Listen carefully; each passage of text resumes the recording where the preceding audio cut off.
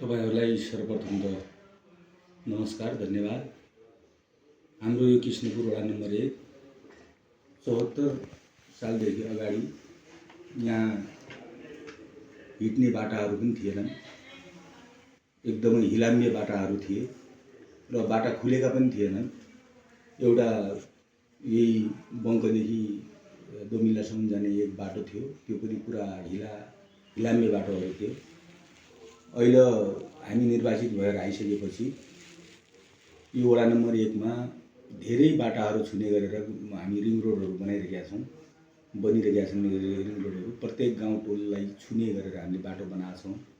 अनि एकअर्का गाउँमा जाने धेरै अप्ठ्याराहरू खोलाले चाहिँ नि भरिएको वडा नम्बर 1 अब किसानहरूका जनताहरूका खेतहरू बगाउने खहरे खोलाहरूले चाहिँ एकदम तंग गरिरहेका थिए र धेरै ठाउँहरूमा हामीले तटबन्धनहरू गऱ्यौँ र बाटोले प्रत्येक टोलहरूलाई छुने गरेर हामीले बाटो बनायौँ। कलबडहरू यो वडामा लगभग 9वटा कलबडहरू हामीले चाहिँ बनाएर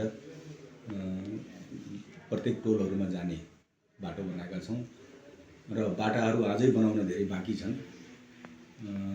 त्यो बाटो हामी नगरपालिकाबाट पानी पिच गर्ने क्रममा छौँ। अहिले पनि हाम्रो बन्डन निगालीमा बाटो बनिरहेको छ। अब लगतै दोमिल्ला शेरपुर सुन्दरी फाटा पहरिया यो 4 ठाउँमा केही बाटाहरू चाहिँ खाल्डाखुल्डी भएका बाटाहरूलाई हामी पानी पिच गराइरहेका छौँ र पहिलाको भन्दा अहिले धेरै कामहरू भएको छ। अब यो ठ्याक्कै अब जति हुनुपर्ने हो त्यति भएको छैन, तर पनि निराशजनक छैन। गाउँमा सबै चिज भइरहेको छ। जनताहरूसँग सबै कुराहरू जनताको उसमा भने जति नभए पनि अहिले वडा नम्बर 1 को सबै चिज चारै हेर्दाखेरि अब पुलहरू बनिरहेका छन्। सुन्दरी फाटाको एउटा अर्को गाउँ भेटघाटबाट सुन्दरी फाटा जोड्ने पनि पुल हिजोदेखि सामान फालेर निर्माणको काम सुरु अगाडि भएको छ र यो बङ्क दोमिल्ला नाइल सडक पनि यसपालि यसलाई अन्तिम अवस्थामा सक्छु बनेर जाने ठेकेदारले भनिरहेको छ र उसको समय पनि लास्टै चाहिँ मतलब म्याद थप नहुने गरी हामीले यो काम गरिरहेका छौँ।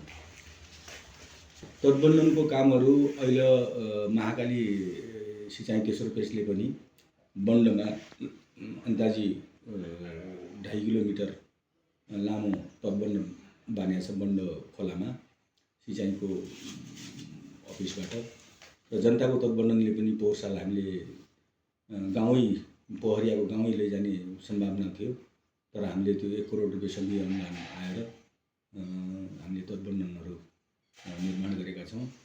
धेरै कतिपय ठाउँमा नगरपालिकाले पनि तटबन्धनहरू गरेको छ, जसले बस्ती जोखिम एकदमै बस्तीलाई जोखिम बनाएका खोलाहरूमा तत्काल रोक्नको लागि हामीले काम गरिरहेका छौँ। धेरै ठाउँ खोलाहरूमा तटबन्धनहरू गरेका छौँ। अब आगामी दिनमा पनि तटबन्धनहरू आइ नै रहेका छन् र हामी यो खहरे खोलाहरूमा तटबन्धनको कार्य हाम्रो तीव्र रूपमा अगाडि बढिरहेको छ। बाख्रा पालनलाई हामीले प्रमोट गरेर हामीले 3 वर्षसम्म प्रदेशको अनुदान लिएर हामीले बाख्राको प्रमोट गरेका छौँ। कृष्णपुर वडा नम्बर 1 मा बाख्राको एकदम सम्भाव्य क्षेत्र भएको ठाउँ पनि हो।